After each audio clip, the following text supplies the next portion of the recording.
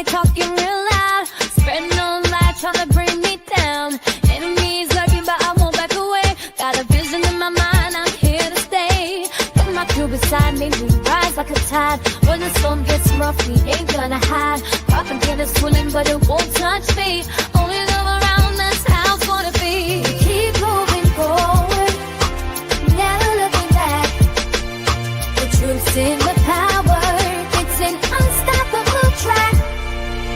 In the city lights where dreams collide, we hustle through the night, fire in our stride.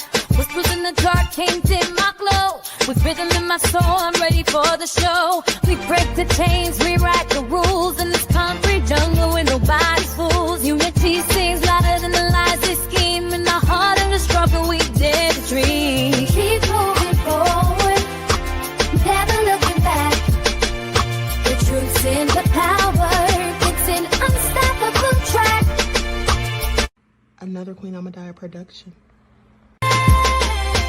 Haze on the corner, they talking real loud. Spreading on light, trying to bring me down. Enemies lurking, but I won't back away. Got a vision in my mind, I'm here to stay. Got my crew beside me, we rise like a tide. When the storm gets rough, we ain't gonna hide. Propaganda swilling, but it won't touch me. Only love around, that's how it's gonna be. Keep moving forward, never looking back. The truth's in the power, it's an unstoppable track. In the city lights where dreams collide, we hustle through the night, fire in our stride.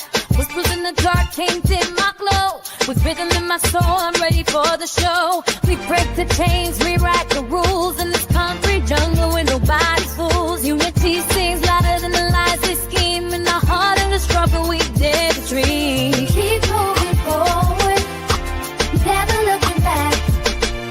The truth's in the power, it's an unstoppable track. Haze on the corner, they talking real loud. Spreading on light, trying to bring me down. Enemies lurking, but I won't back away. Got a vision in my mind, I'm here to stay.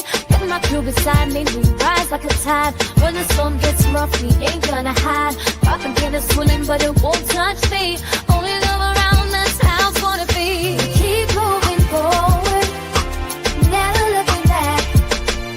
The truth's in the power, it's an unstoppable track. In the city lights where dreams collide, we hustle through the night, fire in our stride. Whispers in the dark can't dim my glow. With rhythm in my soul, I'm ready for the show. We break the chains, rewrite the rules. In this concrete jungle where nobody's fools. Unity sings louder than the lies they scheme. In the heart of the struggle, we dare to dream. All right. Hello, everyone. Thanks for tuning back in once again to the original Queen Ahmadiyyah Shakur show. I'm your host, Queen Ahmadiyyah Shakur, and this is your Saturday morning wake-up call. So as you're coming in, please feel free to go ahead and subscribe to the channel. If you haven't done so already, be sure to click that notification bell and click the word all so you're notified each time the Queen Goddess goes live. Okay, can I get a 1 in the chat if you can hear me loud and clear? Let's get ones in the chat if you all can hear me loud and clear. All right, and shout out to everybody that's tuned in. All right, don't you all miss Michael Jackson, Prince, Tupac, the beautiful Selena. What did we lose in this world? Okay. So with that all being said, okay, ones showing that you all can hear, that's good. All right, so let's get into it. Shout out to DSB. All right, DJ Big Six in the house. Nessie X, Aqua Girl Rising. All right, Juju. Desmond is in the house. 504 Aries Love. Ivan is here. Okay, Heather is here. All right, let's get into it. Everybody hit that like button. I see you, 504 Nola. The reparationist perspective is in the house. All right, says celebrating Juneteenth all month long. I know that's right. All right. So with that all being said, hey, pretty wings. Okay, Red Aries is here. So let's get into it. All right, let's get into it. Everybody hit that like button. Okay, I'm gonna give it a few minutes because you all know how YouTube is about sending out these notifications. Please double check, beloveds, and make sure that you're still subscribed to the Queen's channel because you know that sometimes mysteriously people get unsubscribed. Okay. And then also, amazingly enough, sometimes people get subscribed to channels that they never subscribed to. That has happened to me and one of my moderators. We were talking about the Talking about that a couple of weeks ago, which I find interesting. Okay, which I find interesting. So that I've been saying, hey Andrew, so everybody hit that like button. Okay, I'm gonna have a hey Panther strike. Shout out to my moderators putting in work. I see Juju B is in the house. Okay, so I'm gonna have a brief word from my sponsor at 12 Tribes before we get the party started. Here we go. Do not buy 12 Tribes on Earth hair growth oil and hair magic elixir unless you want super healthy, gorgeous hair that grows. They have a whole line of amazing hair growth products, including hair growth leave-in conditioner spray, hair growth shampoo, hair growth spray, and hair growth butter. I'm starting to sense a theme here. They include quality natural ingredients. They smell amazing, and you can see the results for yourself. So if you're looking for healthy hair growth for your natural or relaxed hair, try 12 Tribes on Earth today.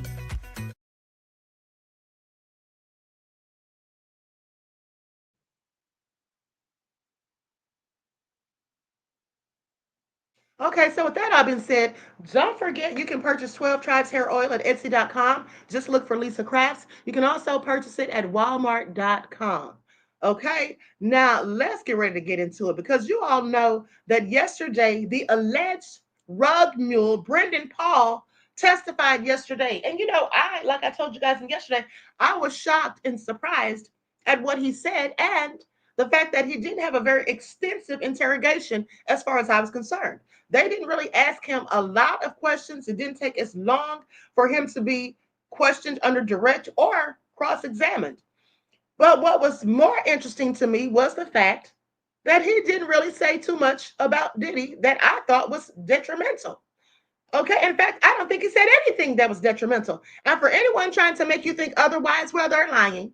They're lying. Okay, there are some people who are absolutely painting narratives like the lamestream media. Please pay attention. Okay, it's fake news. Because on this channel, you're going to get the truth, and I'm going to put in a bit of my views, perspectives, and my opinions along with that.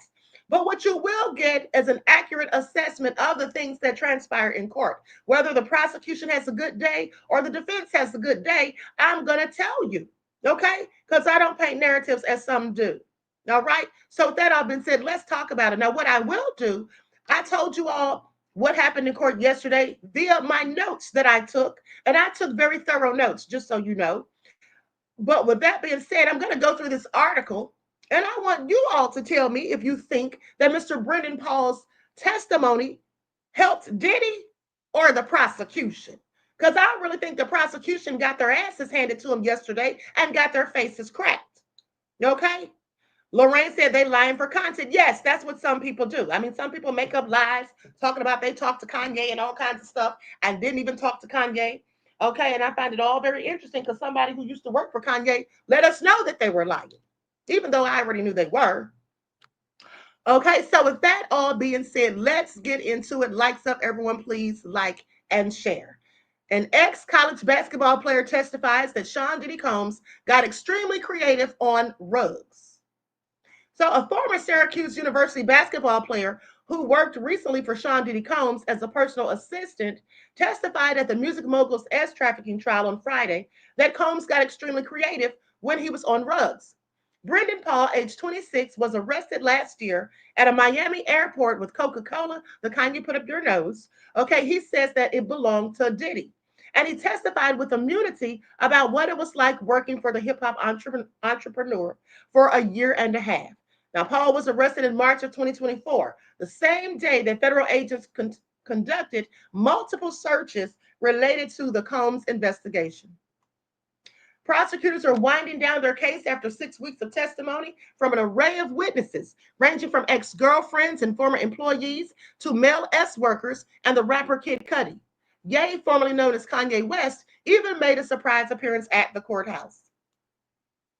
The prosecution seeks to convince the jury that Combs oversaw a sprawling racketeering enterprise for 2 decades that relied on obedience by employees willing to do anything for him, including buying rugs when necessary.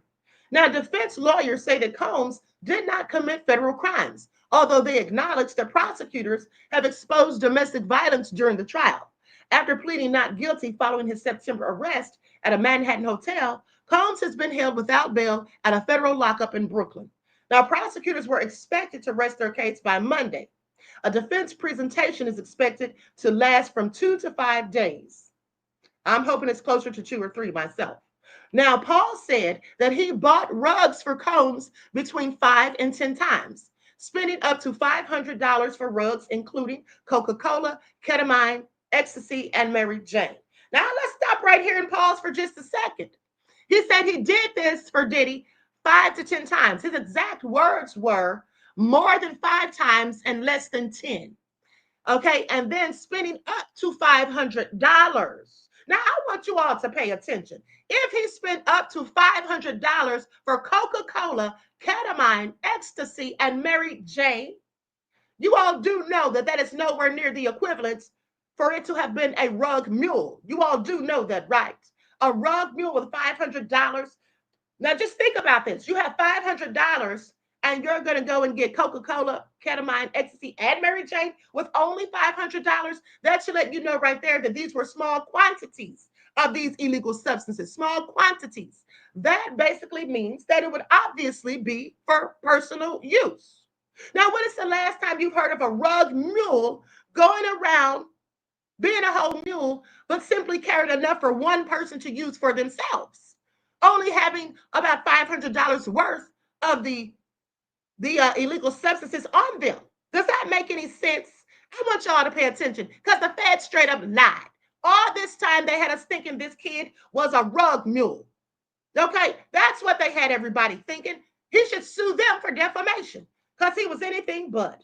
Okay, he was not a rug mule. Did you all see the movie Broke Down Palace with Claire Danes years ago? One of my favorites, by the way, one of my favorite Claire Danes movies. But you saw how they were used as rug mules. Okay, they were carrying a large quantity of illegal substances from one country to another. That's what rug mules do. Okay, they carry it across state lines, perhaps to one country to another, but at the end of the day, it is not ever for personal use. Okay? Now, they painted this false narrative. That's exactly what they did. And when Brendan Paul was asked on the stand, what is his definition of a rug mule? And he gave a pretty accurate depiction. Okay? That's what he did. So I find it all so interesting that at the end of the day, the prosecution played everybody. Okay? That's what they did. They played everybody. That's why I actually thought that Brendan Paul's testimony was going to put the final nail in Diddy's coffin. I thought that it was going to bury Diddy, but alas, it didn't. It actually helped him. Okay? It actually helps them. So with that all being said, let's continue. Let's continue. I find it all interesting because they just ran game. And they painted quite a few narratives. Okay? They painted quite a few narratives. One of them was showing that video of Diddy beating Cassie, hoping that that alone would make Diddy be found guilty of a RICO and they wouldn't really have to prove much. That's what they did, in my opinion. So they heavily relied on that because they know that some people will be so disgusted by that vile footage, which we all were, I'm sure. But that is not a RICO. They had to bring forth other information. Now, in my humble opinion, they have painted a picture that does look like RICO. They have shown that there was a criminal enterprise because of the illegal things that were happening. But here's the question. These people who were carrying out these illegal acts, the ones that were going to pick up these rugs for Diddy, the ones that were going and selling them to people like Nelly, I guess they sold it to him. They did say, one of them, that they took Nelly a whole 8-ball. I don't think they would have given it to him for free. But nonetheless, did these people all sit down and conspire and say, hey, listen, we're going to do crimes for Diddy and Bad Boy Enterprise?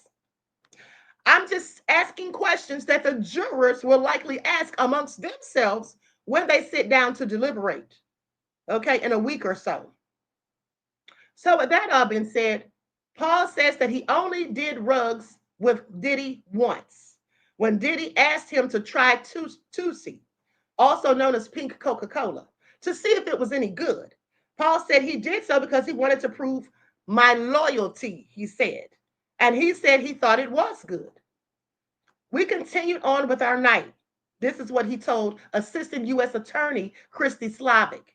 Now, Paul said that prior to his arrest, he had forgotten that the Coca-Cola, after he collected it while sweeping Combs' room that morning, he had forgotten and had accidentally left it in the bag that he carried as he prepared to go on vacation with Diddy and other aides. The charges were dismissed after Paul completed a pre-trial diversion program. Now, under questioning by defense attorney Brian Steele, Paul said that his heart dropped when he realized that there was Coca-Cola in a travel bag after telling officers at the airport that everything in the bag belonged to him. Poor kid. He forgot that stuff was in there. Now, Steele asked Paul if Combs was generally happy and didn't hurt anyone when he was on drugs. Paul says he got extremely creative. At another point, Steele asked the witness, "You would not work for a criminal, would you?" Paul said, "Absolutely not." Slavic, though, elicited Paul's mixed feelings about Combs when the prosecutor asked him just before he finished his testimony, "Sitting here today, how do you feel about Mr. Combs?" He says, "It's complicated." Now, I thought that was interesting because he didn't say, "I hate Diddy." He didn't say that I'm upset. Excuse me. He didn't say that he got me arrested. So I think he's a bad person. He didn't say any of that. He said it's complicated. And I would imagine that it is. Because from the sounds of it, Diddy treated Mr. Paul nicely, although he may not have been so nice to other people. Okay? So I guess that he would feel perhaps conflicted. Now, Paul, originally from Cleveland, was a 6'2" guard who walked on at Syracuse University and came off the bench in 16 games over 2 seasons, playing a total of 17 minutes and scored just 3 points. He later transferred to lower tier Fairmont State University and West Virginia, where he played for 2 more seasons. This was simply a clean-cut kid, a young man who had aspirations of being in the music industry as well as the entertainment industry, according to him. And he happened upon Diddy, got hired, and then unfortunately ended up being arrested. Now, with that being said, I don't know what the prosecution was expecting to get out of his testimony, but whatever they were expecting, they obviously didn't get it. Okay?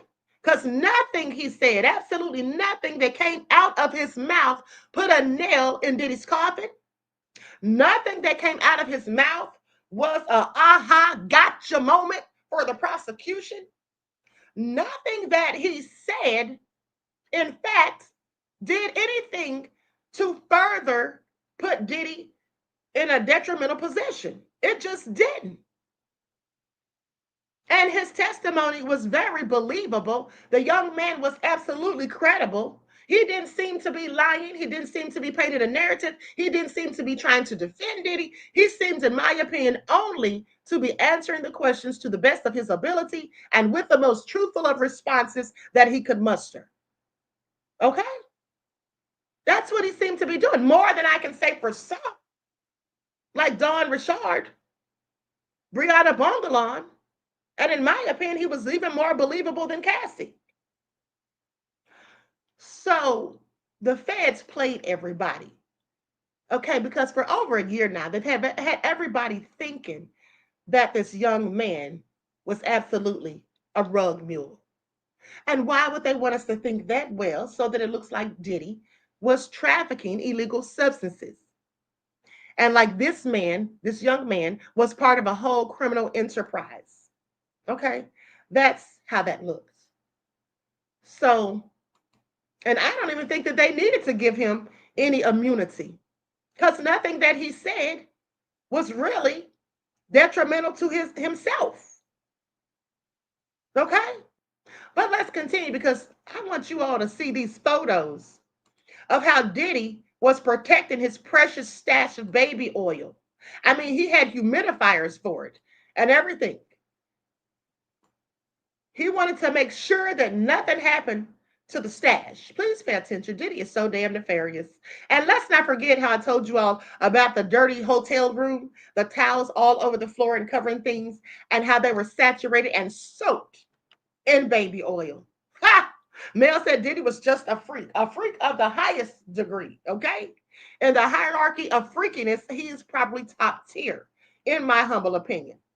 Mama Joycelyn said the feds and Busby's lawsuits painted a different picture of Diddy before this trial. Yes, absolutely. I have to agree. Now, I'm not for Diddy, mind you. I still think Diddy is nefarious. But the bottom line is the feds just flat out lied. Okay, that's what they did. They lied, period. Okay, so let's get into this article.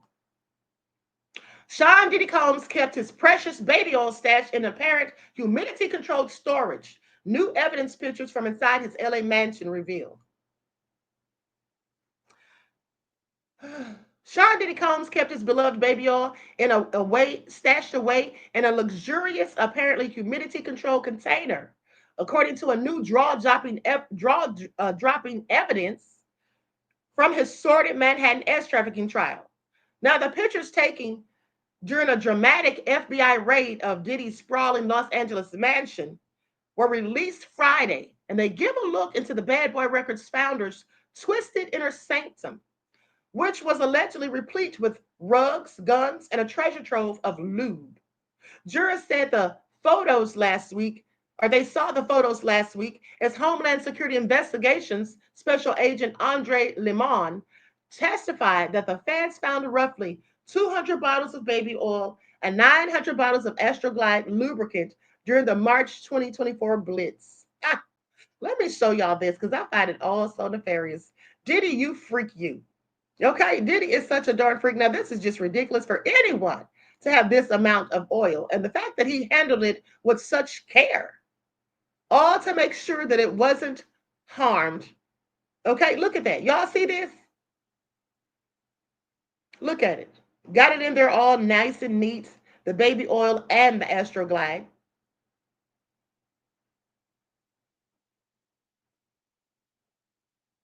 Boxes and boxes. Look at there. That looks like one of those cooler bags. This is all evidence that came out Friday.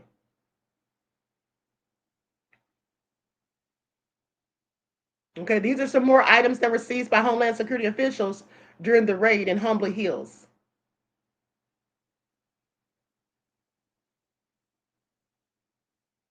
Those are the weapons recovered from his home. That they didn't bother to tell us until the trial that they were actually in a security room, in a security cabinet. More illegal substances. I mean, but just in looking at the amount of the substances, it's obvious it's for personal use.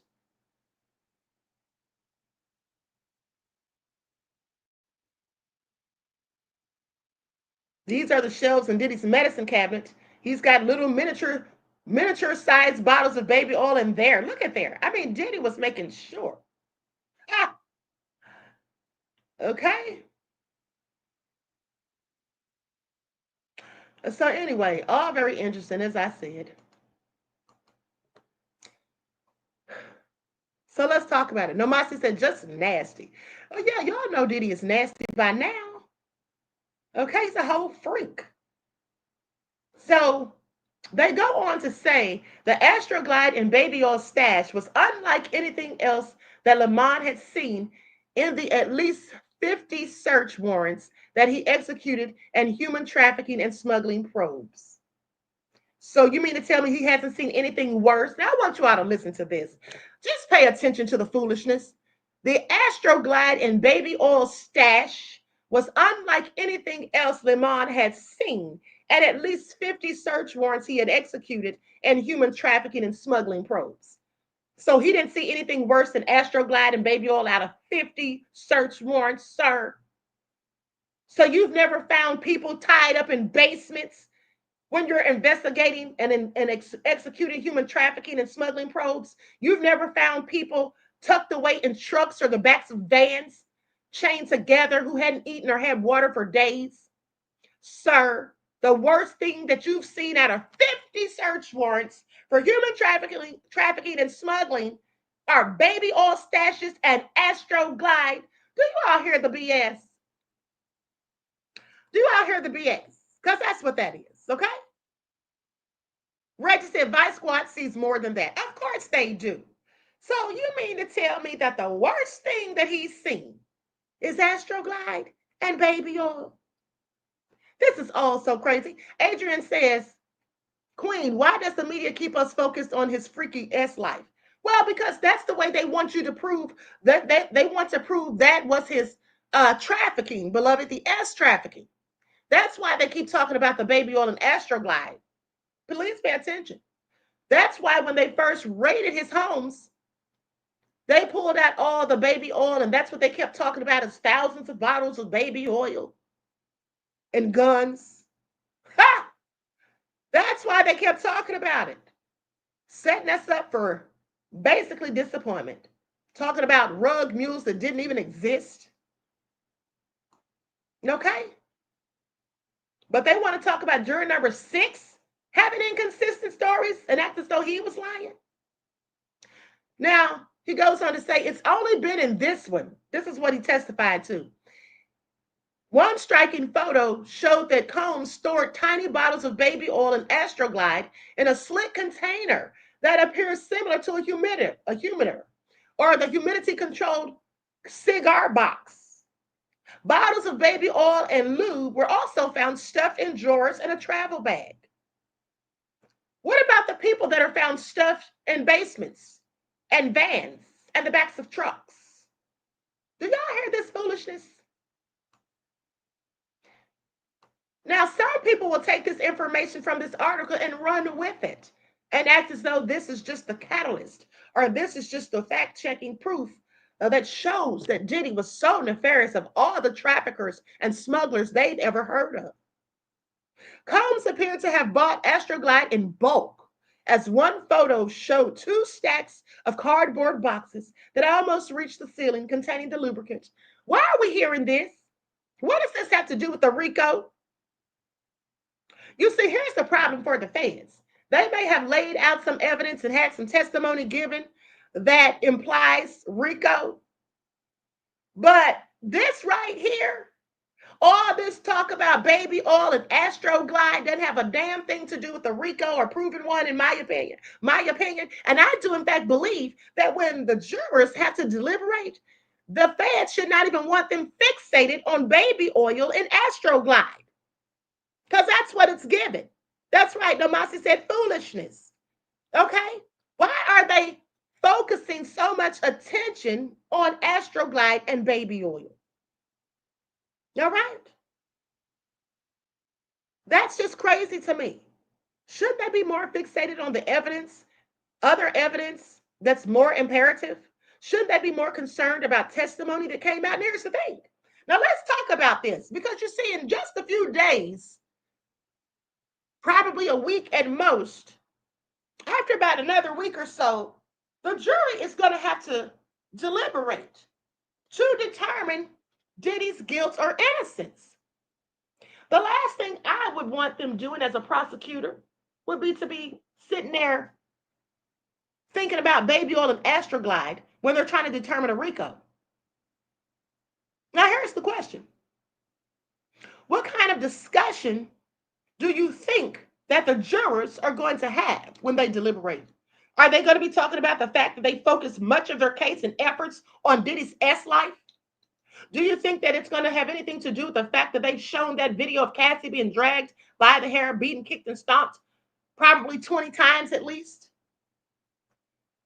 Do you think that they're going to be fixated on the lies that were told during testimony? How Nicole Westmoreland showed that Cassie and Brianna Bongalon might have been lovers. That was clearly implied. The fact that Brianna Bongalon was supposedly plying Cassie with copious amounts of illegal substances because she wanted Cassie's money. Because Cassie's money was being used to fund Brianna's own rug habits. Or are they going to be fixated on the fact that Cassie and Brianna, as was proven by Nicole Westmoreland, that they seem to have gotten together and conspired and came up with this concocted story about Brianna being dangled from a 17th floor balcony? And when Brianna was asked why she was on the balcony in the first place, she said something about smoking a cigarette. And then she said, oh, wait a minute, I was smoking weed. The story kept changing. And then she said, oh, it happened January the 26th of 2022. And then only for Nicole Westmoreland to pull out receipts, invoices, and literally receipts. And show that Diddy was, in fact, in a whole nother state. And then to not only remind us that in Cassie's lawsuit, she said that Brianna was dangled from a hotel balcony. Brianna testified that it was from Cassie's apartment balcony. Are the jurors going to be talking about this? And if so, what do you think they're going to be thinking? Are they going to be thinking about Dawn Richard and how she got up there and her story changed about 3 or 4 times? First, she said she was sitting there and Cassie came downstairs after Diddy yelled, where the hell's my food? And said he picked up a frying pan and cracked Cassie upside the head. Then she said he picked up the eggs out of the pan and threw the eggs at her and threw the pan on the floor. Then she said he picked up the pan and swung at her, but missed. Then she said, which she'd never said prior to being on the stand, according to the defense, that Diddy came to the studio the next day and told her and Kalia Harper, basically that snitches get stitches. Now, he didn't say those words. He basically said, according to her, that where he comes from, people don't talk so much and run their mouth. And that when they do, they can come up missing. I find it all interesting. What do you think the jury's going to say about all that? Judge Wood says, y'all acting like the government would not lie to the public. This simply S, rugs, and rock and roll. Good way to put it, beloved. Well, we should all know that the prosecution definitely tells lies. Thank you for your insight into the topic and your contribution to the channel, beloved. Judge Wood also says early hip hop and heavy metal bands always had certain groupies travel state to state on Greyhound buses. Who pays for those hotel fees and buses? Very good question, beloved. And again, thank you for your insight into the topic and your contribution to the channel. Peace, love, and blessings. And see, that's what I was talking about the other day when I was telling you, I said, you mean to tell me that hip hop stars and celebrities are the only ones doing such things as flying people out? We have all these Instagram models talking about they got flued out. That's now trafficking. So you mean to tell me that nobody involved in rock and roll, heavy metal, grunge music, country music, none of them are doing these things? It's only the rappers out here being nefarious? Yeah, I don't think so. Okay, that's what I don't think. Now, I want you all to pay attention because they have painted a salacious picture in the hopes of proving their point. Now, here's what I will say. Whether Diddy is guilty or not, which still has yet to be determined by the jurors. It doesn't matter what I think or what any of you think. It's all about what the jury's going to come back and say when they render their decision. But the bottom line is whether he's guilty or not, doesn't everybody within this country deserve a fair trial and the right to due process? Now, what I have to sit here and think about is why is it that Diddy's on trial, but Michael Jeffries, the former CEO of Abercrombie and Fitch, is not, nor will he face it, because they claim now that all of a sudden he has dementia. They also gave him a bond and refused to give Diddy one. But him and Diddy had many of the same crimes, and some of his included young people. So I find that interesting. I find that all interesting. And all this time they had Brendan Paul painted as a rug mule. Brendan Paul should sue the state. Okay, he should sue them. They can't do anything about it now. They already gave the young man immunity. He should absolutely sue them for defamation, libel, and slander. Because didn't we all, in fact, think that he was a whole rug mule? I know I sure did. Okay, I know I sure did. So make that make sense. But let me continue. They say Combs appeared to have bought Astroglide in bulk, as one photo showed 2 stacks of cardboard boxes that almost reached the ceiling containing the lubricant. Well, that's got to be illegal. How do you buy all that Astroglide and get away with it? Does anyone know? Aren't there federal laws against it? Because that's what they're sounding like they're saying, okay? They're wasting too much time on the Astroglide and baby oil. But let's keep going. The FBI raided the mogul's sprawling West Coast home, as well as his Miami Beach abode, in March of 2024. And as part of their investigation into the S trafficking, racketeering, and prostitution-related accusations against Combs, they say the jury saw photos from inside the dramatic Miami raid last month. Yeah, it definitely was dramatic. I'm glad they can admit it and own up to that. Now, they go on to say that several witnesses have testified that Combs regularly held degrading sex sessions called freak-offs, in which copious amounts of baby oil and lube were used. Here they go again talking about baby oil and lube. Now, even if they want to bring light or bring attention to the S sections or sessions, why are they talking about the copious amounts of baby oil and lube? Wouldn't it make more sense for them to be talking about the illegal substances that were there? Anyway, all I'm saying is the way they're painting this picture, it does not warrant a life conviction. Now, I'm not saying that Diddy shouldn't get some time, but none of this stuff that they're showing or have even proven to have shown, in my opinion, warrants a life conviction. I'm sorry, not to me, maybe to some of you, but that's just my opinion. Okay? That's just my opinion. So, what do you all have to say about any of this? What do you all think about this? I don't know what they were hoping to prove. Adrian says, Queen, it keeps the public's attention. Yeah, it does. But see, the thing is, they don't need to be worried about the public's opinion. They need to be worried about the jurors. Because I think that the way they've set this whole thing up, it's going to be confusing to the jury. And I think the judge knows that.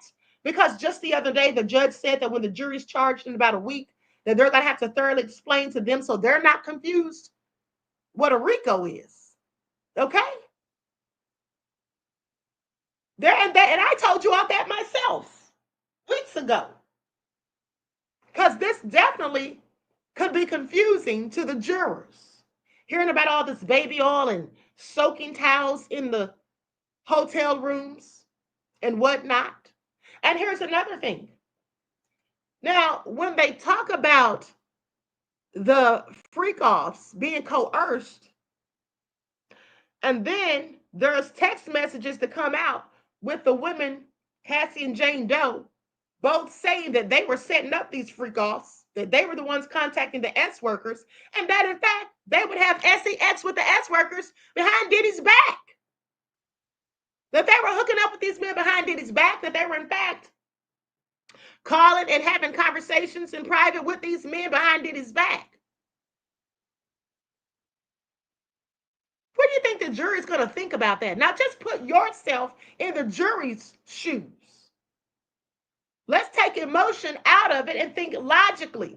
And let's use common sense and critical thinking skills, not our feelings and emotions. Because to be honest with you, nobody cares about your feelings or your emotions. Okay, it's all about logic. And as I've told you before, it's not what you know, it's what you can prove. We may know that Diddy did these things, but has the prosecution really proven it? Have they really proven their case? What do y'all think about that? What about the excuses that have been made as to why people like Jane Doe stayed with Diddy? Because she says Diddy was threatening to not pay her rent. She said that he was holding it over her head. But how was he holding it over her head? That was because she allowed him to. Because if somebody's holding something over my head and telling me I'm not going to pay your rent unless you do X, Y, and Z, well, if I don't want to do X, Y, and Z, I'll find a way to pay my own damn rent. That's what I'll do.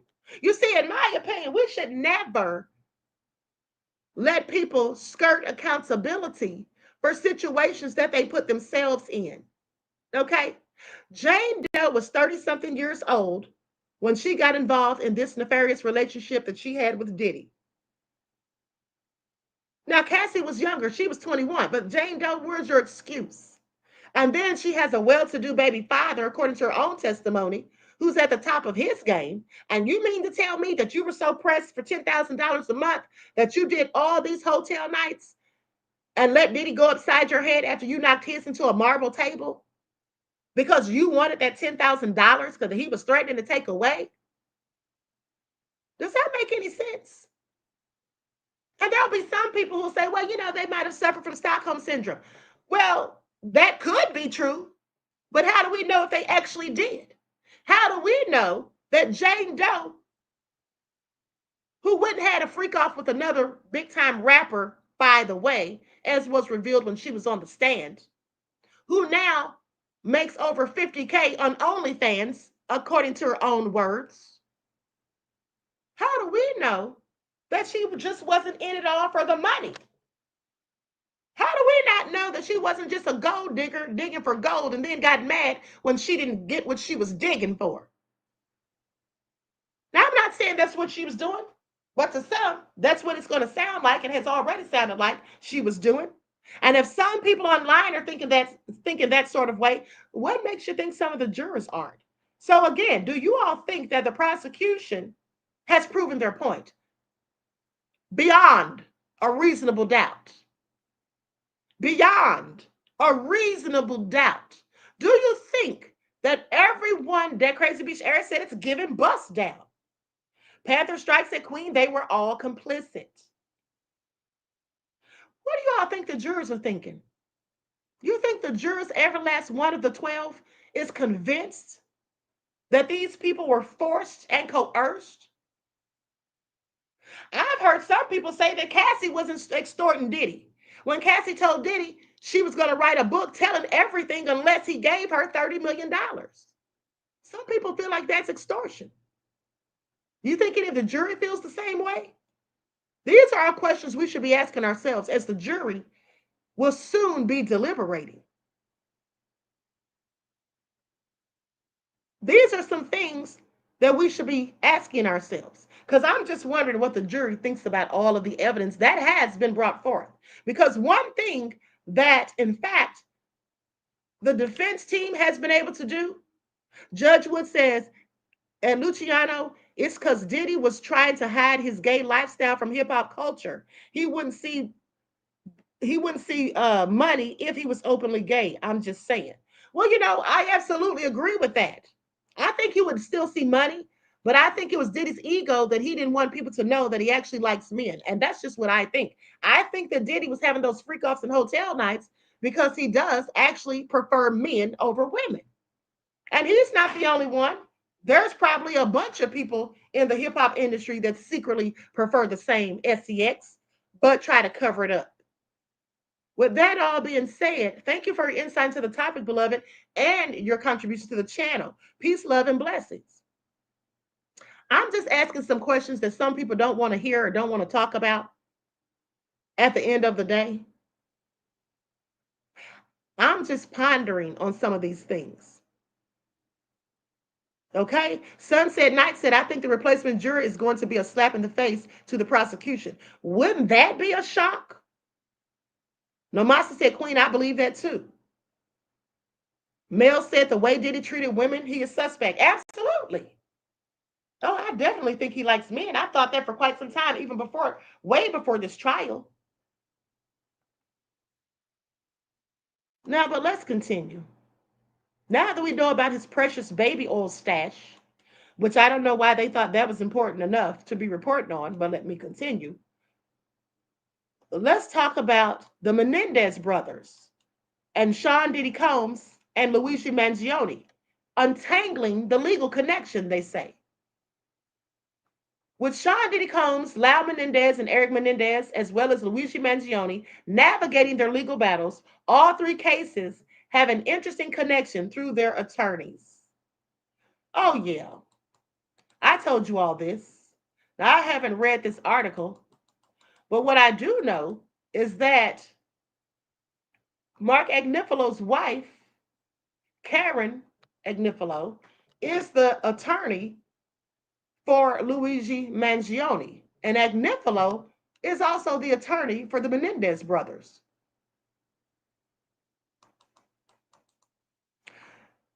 So here's what they say. Some connections in the legal world go beyond professional. As Sean Diddy Combs, Luigi Mangione, and the Menendez brothers are amid their respective high profile legal battles, they have a lot in common when it comes to those representing them on the case. After all, it appears that two families of lawyers are taking on the weight of these cases. Likes up, everyone. Please don't forget to like and share. Thank you in advance. Now, for Combs' S trafficking trial that began May the 12th, in which he pleaded not guilty to charges of S trafficking, prostitution, racketeering conspiracy, S trafficking by force, fraud, and coercion, as well as transportation to engage in prostitution, Mark Agnifilo has taken on the role of lead counsel. By his side is Tina Garagos, a partner at Agnifilo's firm. Now, with that all being said, with Mark and Teeny busy in a New York City courthouse, as Cassie Ventura and other witnesses for the prosecution have since taken the stand, their loved ones are working on their own legal cases. While Mark's wife, Karen Freeman Agnifilo, is busy preparing for her client, Luigi Mangione's upcoming trial for the murder of United Healthcare CEO Brian Thompson last December, Teeny's father, Mark Garagos, is celebrating a major win with his case. And I'm sorry, let me correct myself. It is not Agnifilo that is representing the Menendez brothers. It is Mark Garagos. Now, Los Angeles County Judge Michael Jessic officially ruled that Lau Menendez and Eric Menendez's life sentences for the 1989 murders of their parents, Jose Menendez and Mary Louise Kitty Menendez, would be reduced to 50 years to life with the possibility of parole. Now we see the pot at the end of the rainbow, so to speak, or their freedom. This is what Mark said, whose clients have already spent more than 30 years in prison. So, one of the things I think is most important to recognize, like the legislators have done, that we have evolved. This is not the 90s anymore. We have a more robust understanding of a lot of things, he says. Meanwhile, Karen, who met now husband Mark in 1992, has been busy preparing to return to court in December. Luigi, age 26, pleaded not guilty in April to federal charges, 2 counts of stalking, 1 count of murder through a firearm, as well as 1 count of firearms offense for an allegation that he used a silencer in connection with the shooting. He also has pleaded not guilty to the New York State charges in December. Now he's facing 5 charges in Pennsylvania where he has not yet entered a plea. She previously shared insight into his defense's potential strategy, telling CNN in December before she took the case that there might be a not guilty by reason of insanity defense that they're going to be thinking about because the evidence is going to be so overwhelming that he did what he did. Now, as former prosecutor in that office, I would be concerned that you have someone who is a valedictorian of his class. He was brilliant his whole life. He comes from this great family. Something changed, significantly, something changed. Now, along with a notable name, Karen says she's learned a lot from Mark, who previously represented Nexium leader Keith Rainier in his 2018 S trafficking case, for which he was sentenced to 120 years in prison. There's no crime necessarily that I wouldn't take, or even set of set of factors that I wouldn't take, she said on the Shut Up Mommy's Talking podcast in 2022. I do believe that everyone's entitled to a defense and to good representation, and I've always believed that. Well, I believe it too. So, presiding judge Aaron Subramanian adjourned the courtroom for the day on June 18th after a member of the main jury did not return due to illness. Court is not in session on June 19th for Juneteenth. Here's my question. Speaking of this juror that had vertigo and had to return home, was that disclosed during the voir dire process? Because they haven't said anything about that in court. The judge has not addressed it, nor has the prosecution or the defense. Okay, only after they told us that the person went home because they had an attack of vertigo. They didn't say whether or not this had been disclosed during the voir dire process. And I really would like to know if it was or not. Now, the judge noted that it's unclear whether the juror's vertigo flare up was caused by dizziness, nausea, and headaches, along with other symptoms, and is temporary or a long term issue, but would monitor the situation. Now, when he's monitoring the situation, what's he going to do? Keep asking the juror if he's having another bout of this, because here's the thing. How do we know that this juror isn't going to have another vertigo flare up on the way back to court on another day? Hence, further derailing the trial, okay, and halting the legal proceedings. I have questions. Maybe this juror should be removed. I mean, they were so quick to get rid of juror number 6. I'm just saying. Now, with that all being said, with court not in session for June 19th for Juneteenth, Judge Subramaniam said the trial will resume with a shortened session on June 20th, running from 9 a.m. to 1 p.m. And the reason court was short on yesterday is because a juror said that they had to go to the graduation of their child. You know, it's graduation time. So shortly after, Judge Subramanian dismissed juror number 6 over conflicting answers as to his place of residence. A second member faces possible dismissal over an alleged improper conversation about the case with a former colleague. The member in question was questioned by the judge and handed his phone in for inspection. Now, I find that interesting. You know why I do? Because didn't Xavier Donaldson for Diddy's defense team ask the judge and suggest that the judge allow juror number 6 to come in and plead his case or speak his piece or speak for himself and tell his side of the story, because they said that a member of the jury department told them that they had an offhand conversation with him in which he disclosed that he had in fact moved 2 weeks ago to New Jersey with the mother of his child as well as his daughter. That was he said, she said, and hearsay. So why didn't the judge let him come in and speak before dismissing him? Because they say this other juror, the member in question, was in fact questioned by the judge and handed his phone over for inspection. Whatever was in his phone, how do we know that he didn't just get rid of it prior to, delete it? Did the judge have it tested by forensics? Have them go through the data and all of that? I have questions, because likely not, because we haven't heard anything about that. Now, a decision had not been made as to the member's dismissal by the end of the court session. And that was on June 16th. And like I said, we've not heard anything else about it thus far. Now, Kanye West arrived at the New York City courthouse on June 13th in support of Sean Diddy Combs. The stronger rapper, who was in the building for about 30 minutes, made a brief visit to the overflow area, but never entered the courtroom. I want y'all to pay attention. Let me read that again, because people be out here lying just for clout. Made a brief visit to the overflow area, but never entered the courtroom. But somebody came on their live and said that they saw him in the courtroom, and even went so far as to lie and say where he was seated in the courtroom. Okay? But he was never in the courtroom because I was there. All right? And there's only one main courtroom where the trial is being held. And I told you all when I reported on it that I did not see him, because I didn't. But I heard that he was there, and someone showed me video footage from where they recorded him walking in. But also, I told you all that he was in his own private overflow room. And I told you all that because that's the truth. Because I don't sit up here and make up lies. But I digress.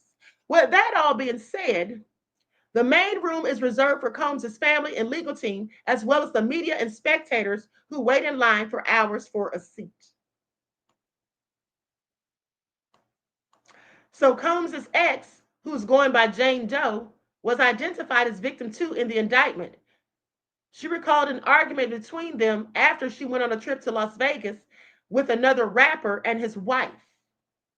She testified that it led to sexual voyeurism after she solicited Anton, an S-worker, whom she and Combs often hired, where a group of people watched him have sex with a woman in a hotel room during the trip.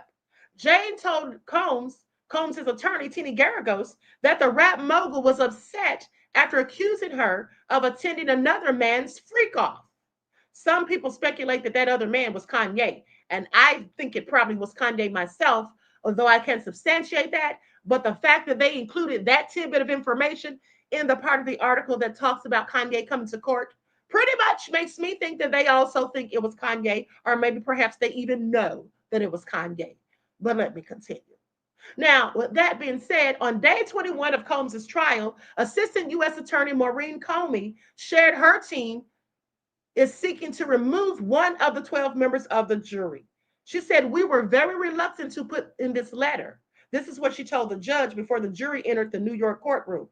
"It appeared to be a lack of candor with the court that raises serious issues with us."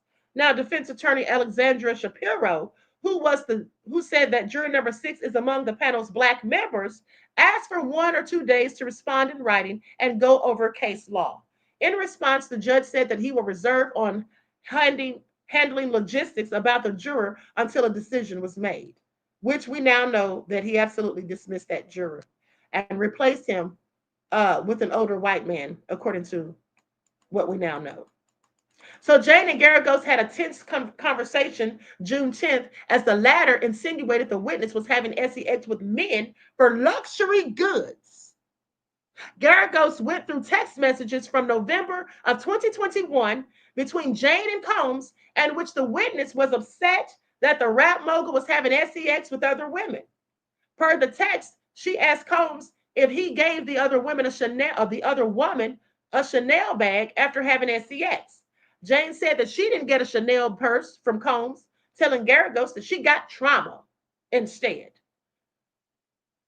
Well, here's the thing. If you have trauma, why would you be worried about a Chanel bag? Okay? Why would you be worried about a Chanel bag if you had so much trauma? If you have trauma, you shouldn't want anything from the person who gave you the trauma. You shouldn't want any gifts from them, any money from them, and you shouldn't want them paying your rent. You should not want to have anything to do with them that ties you to them, okay, for a longer period of time. You should be glad that they want to cut you off. And in fact, you should cut yourself off. Now, that's just my opinion. Because if somebody's doing the things to me that Jane Doe alleged happened to her with Diddy, and if she feels that she was so traumatized, why the hell is she worried about Chanel bags? Why in the hell is she worried about him paying her $10,000 rent? Okay, does that make any sense to anybody? But see, some of y'all are going to get mad about that. Some people are so ignorant that they'll say, oh, you're just caping for Diddy. I'm not caping for anybody. I'm pointing out the facts because I'm a realist. Okay? I keep it real. And at the end of the day, I'm sorry, it's giving material girl in a material world, like Madonna said. Okay, please pay attention. Quite frankly, I didn't feel much empathy for Jane Doe. I just didn't. I felt like she was a gold digger who didn't get everything that she wanted after all that she did. And so when she didn't get what she was wanting, she went elsewhere to look for it. Hence her getting paid that $9,000 from somebody else. Hence the reason that she was out there doing freak offs with a whole nother rapper and some other woman. Now that's just my opinion. And when she fixed her mouth to say that she kept dealing with Diddy because he was threatening to hold the house over her head, well, I wouldn't even want to deal with somebody who traumatized me to that point. That's right. Selective trauma, says Alice. Exactly. Okay. Now, people can get mad all they want, but the truth is the light. Walk into it. Like Diddy said. Diddy said, stay in the light with his nefarious self. Now, with that all being said, Jane said that she didn't get a Chanel purse from Combs, telling Garagos that she got trauma. Now, when the attorney asked about a Bottega bag, or what a Bottega bag was, she said, I'm sure you have one. And when Garagos asked how much the item cost, Jane said, how much does my body cost? So basically, she was saying her body was for sale. Jane was granted a 10-minute break following that exchange. Jane testified that about and around 2022, she believed that Combs was a cuckold. That's a person who finds pleasure in watching their partner be physically intimate with another person after looking up her and Combs' sexual dynamic. She said it gave me more of an understanding, she said, of her reasoning for the research. I was just trying to deep dive on all the reasons why they had derived so much pleasure from watching their women be with another man. The witness theorized that Combs' desire for hotel nights, the details of which are nearly identical to his ex Cassie Ventura's freak-offs, were because he may be curious about his own sexuality. Well, I have to agree with Jane Doe on that. She says cucks could also have a real curiosity that they're too ashamed to experience themselves. And so they use the woman to venture out into this curiosity without actually doing the act itself. Now, right there, doesn't she seem to be portraying herself as an expert on cuckolds, no less?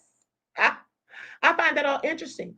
Because what she should have been researching, if you ask me, is why the hell she's so traumatized, but yet stays in a relationship with the person who's traumatized her and wants that person to keep paying her bills. So that person further is tying her to them and having power and control over her, no less. That's what she should have been researching. That's just my thoughts. Jane testified that she had nicknamed Paul, an escort that she and Combs selected on multiple occasions, Trifecta, because she compared their sexual dynamic to the on-court success of basketball stars. She said, I was Kobe Bryant and Paul was Shaquille O'Neal, she told the jurors. Combs was Michael Jordan. She described Paul as really nice, noting that if she had to have sex with escorts, at least it was with someone with a warm energy. What do you think the jury is going to say about that part of her testimony? Jane testified that Combs' dynamic with his chief of staff, Christina Coram, was a point of contention in the witness's romance with the rap mogul. She was always with him, Jane said of Coram. It was difficult for our relationship. I believe that she had very strong feelings about me, which influenced a great deal with how Sean treated me. On June 10th, Judge Subramaniam denied a motion for mistrial by Combs' legal team, in which his attorneys argued that Ventura and her friend Brianna Bongalon lied about the latter being dangled over the 17th floor balcony by the rap mogul. His lawyers, whose previous motion for a mistrial was also denied, accused the prosecution in the filing of a misconduct and with the introduction of perjured testimony. In this trial, the government has presented testimony that it knew or should have known was materially false related to its allegation that Mr. Combs dangled Brianna Bongalon from the balcony of Cassie Ventura's apartment in September of 2016. And let me correct myself because I think previously I said September the 26th of 2022, but I meant 2016. Now, accordingly, to avoid an unfair conviction in this case, the court should grant a mistrial. Well, again, they knew they weren't going to get a mistrial, but they did put that out there so it will be on the record so they can come back and use that when they go through the appeals process. Please pay attention, which they absolutely, I'm sure, can't wait to go through when Diddy's found guilty. Now, Jane alleged that the rap mogul had beaten her for hours, June of 2024. Jane testified that she and Combs had began arguing about the latter seeing a woman who was 25 years his junior, which Jane said led to her calling him a PDF file and pushing his head into a kitchen marble counter. Now, the witness said that she had hidden in the primary bedroom and Combs began kicking the door open. Photos of the cracked door were entered into evidence, and she alleged that while trying to run away, the Bad Boys record founder kicked her in the back of the thigh, which made her fall. See, Diddy plays dirty. Please pay attention. That was a dirty move, Diddy, kicking her in the back of the thigh so she could fall, so you could trip her up. She says he put me in a chokehold on the ground, lifted me up, and I couldn't breathe. Now I was on my tippy toes. I was just trying to get out of his grip. Jane said she ran out of the house and hid behind a wall outside for approximately 2 hours, hoping that he would leave, but he did not. She said they subsequently returned to his home, where she curled up in the backyard to protect herself as Combs allegedly attacked her. According to Jane, the altercation escalated after Combs allegedly punched her back. He started punching my head, she told the court. He started kicking me. He started saying all kinds of things and just kept punching. Diddy sounds like a damn fool, but let me continue. She alleged that he told her that she was trying to take him away from his kids and his family. I said, no, I'm not. Just leave me alone. Just leave. Please stop. Then he just grabs me by my arm and my hair and just starts dragging me back to the house. By my hair, by my arm. After the alleged assault, Jane said she saw 2 golf ball-sized welts on her forehead as well as a black eye. Sounds nefarious, honey. Honey, you think I want any damn thing to do with Diddy after that? 2 golf ball-sized welts on your head and a black eye? Do you really think I would want this kind of maniac paying my damn rent? So if they get mad, they can come in that same house that they're paying for and put me on the floor again, choke me out, beat me upside my head again. I wouldn't want them paying my damn rent. I would rather move out of that house into a shack so I can have peace of mind. But some people love material things. And they'll use the fact that they love material things as an excuse for putting themselves in nefarious and detrimental situations and not take any sort of accountability for their own actions and their own contribution to these things that happen to them. They just invited the trauma inside. Remember the movie Sinners? Spoiler alert if you haven't seen it by now. Remember on the movie Sinners how the vampires couldn't just walk in? They had to be invited.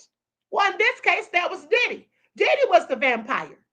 Jane Doe and Cassie had to allow him in for him to do the nefarious things that he did.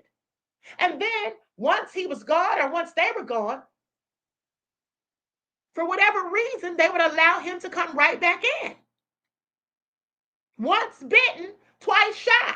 So once this person's bitten you and showed you who they really are, why would you keep going back? Now, we consider and say it was Stockholm Syndrome, but at some point, before you become a victim of Stockholm Syndrome, you've already engaged in a pattern of allowing the person's abuse to continue. So what made them continue before the point of them getting Stockholm Syndrome, if in fact that is what they got? I have questions. I have questions. But let me continue. Now, Jane said that Homeland Security investigated and raided her home, which was paid for by Combs in March of 2023, along with multiple other residences owned by the mogul. She said the agents came to her house and she called Combs as head of security to tell him about the situation. Here's the question. Why is Diddy still paying Jane Doe's rent and legal fees? I wouldn't want him paying for a damn thing for me after I look in the mirror and see two golf ball sized welts on my damn head, looking like horns, a whole black eye. But he's still paying her bills. Why? I wouldn't want anything from him. I would want nothing to do with him. Let me tell you all a story. When I was younger, about 20 years old, I was dating this guy who used to lie and cheat. And he had a whole lot of money. His family had money. He came from money. And he was a spoiled, rotten brat. And he thought he was entitled and always could have his way. And then nobody better not dare to question him. And I remember catching him cheat about 2 or 3 times. Now, mind you, I was just all blinded with love. And he had money, so he would just love bomb me. That's what y'all call it now. Back then, we called it running game. When they come back and say, oh, I'm so sorry, you know I love you, I'll never do it again, and this, that, and the third, and then they buy you diamonds and send you flowers and take you shopping and get your hair and nails done and all those things that men do. And I remember being at work one day, and I had caught him cheating like the night before. So when I was at work, he sent me a gift. He sent me balloons and roses. And so the lady that worked in the office, she came and got me, and she was like, Queen, she said, you have something in the office for you. So I go in the office to see what it is. And I wasn't surprised because that's his technique, what he does when I was mad and find out he's lying and cheating. So when I go in there to retrieve these gifts, the lady says to me, oh, it's not Valentine's Day. Is it your birthday? And I said, no. She said, well, why did your boyfriend send you all this nice stuff? And I said, because I caught him lying and cheating last night. And she says, oh. She says, are you going to take him back? And I said, yes. Now, mind you, I'm 20 years old, so don't judge me because my mind was on the money at that time. So she said, are you going to take him back? And I said, yes. And she said, why? I said, because money talks. And she looked at me and she said, unfortunately, sweetie, not loud enough. That's what that lady told me. She said, unfortunately, sweetie, not loud enough. And I'm going to tell you something. When she said that, I thought about it. And I said, you know what? She's right. It doesn't talk loud enough.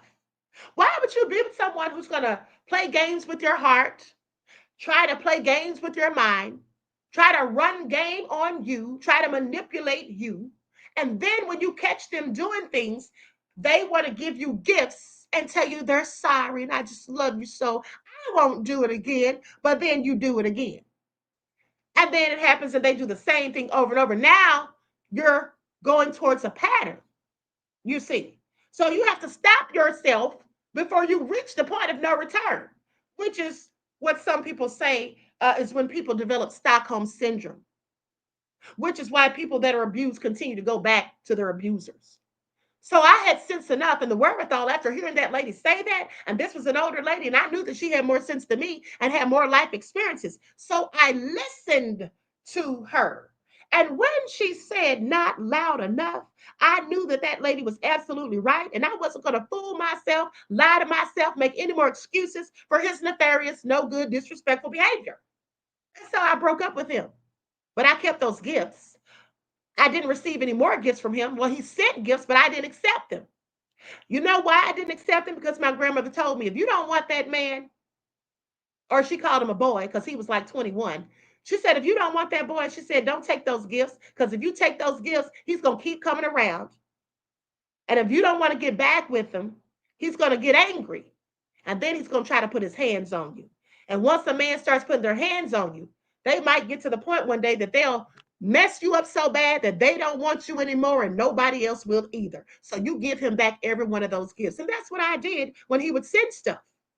So you see, what I'm saying is this. If me being 20 years old, I had the wherewithal to listen to what older women told me when they gave me, I was too caught up with materialistic things. Because what she was complaining about was the fact that Diddy was hanging out with Young Miami. Jane Doe knew exactly what she was doing. But it was more important for her to get the gifts. It was more important for her that Diddy take her to Turks and Caicos, like she saw him taking Young Miami. It was more important to her for him to keep paying that rent, so she didn't have to pay it. See, that's what you call a gold digger. And Jane Doe, in my opinion, was a gold digger. And she was also a freak of the week. That's why she was going and having freak-offs with other people. Now, some people are not going to like that I'm saying this, but I don't really care what you like. Because the bottom line is that's just the truth of the matter. Now, does this mean that Diddy's not guilty? Of course not. But I'm just making points here. Because some of these things that I'm saying is what some of those jurors are likely going to say. At least one or two.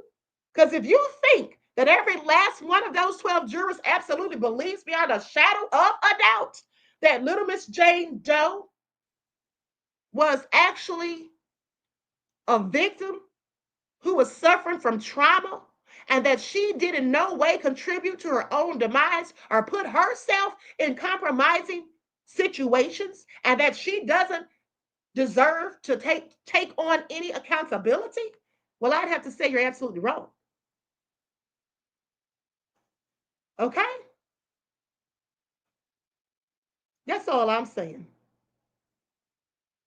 With that all being said, I'm going to conclude this broadcast. I want to thank you all for tuning in once again. Please like and share, subscribe to the channel if you haven't done so already. Be sure to click that notification bell, click the word all so you're notified. Each time the Queen Goddess goes live, Judge Wood says, hold on, not Judge Wood, I'm sorry. Nomasa says, I have quotations. Oh, the black eye answered, dignity for sale. Okay? So thank you for your insight into the topic, and thank you for your contribution to the channel, beloved. Listen, all I'm saying is these jurors are going to have a lot of things to think about. And I'm just wondering how it all turns out. Diddy does need to be found guilty, because I absolutely believe that he has done plenty of nefarious things that he's gotten away with. And sometimes in life, not sometimes, all the times in life, at the end of the day, things come back to haunt us. It's called karma. Okay? So that all been said, you all please like and share this video. Subscribe to the channel if you haven't done so already. Be sure to click that notification bell. Click the word all so you're notified each time the Queen Goddess goes live. Remember, each one teach one. That's how we grow and thrive. Do something productive, constructive, but never destructive. And always remember, beloveds, to keep the Most High first in your lives. Peace.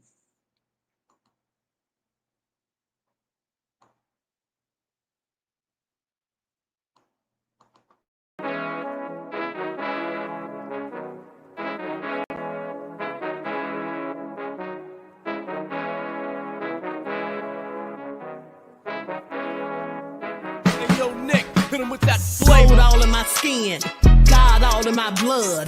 Kings all in my circle, you touch one of mine and you're done. They show no love for the queen, why you hating on me? Is it cause I'm free and I got Malcolm X in my jeans? I got dreams like King Luther, shed blood like Kunta. You ain't helping my people, I ain't got nothing to say to ya. I want all the smoke like hookah.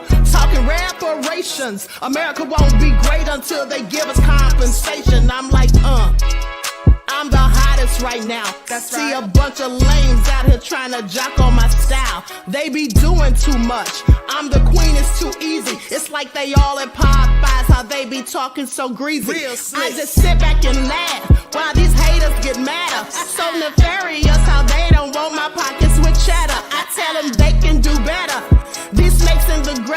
and leave a bite on your ass, cause y'all be trusting too fast. I got my foot on the gas, other one on they necks. Dropping receipts on haters, you better show some respect. I'm never facing regrets, we only facing the threats. Running through every challenge like a relay, break no sweat.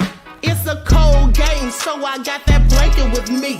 Now that my people awaken, ain't no going to sleep. I do not play by my piece, this time I'm playing for keeps. You talking slick, but when I see you like them ends, we gon' meet. And I got gold all in my skin, God all in my blood, kings all in my circle. You touch one of mine and you done. They show no love for the queen, why they hating on me? Is it cause I'm free and I got Malcolm X in my jeans and I got gold all in my skin, God all in my blood, kings all in my circle. You touch one of mine and you done. They show no love for the queen, why they hating on me? Is it cause I'm free and I got Malcolm X in my jeans and I got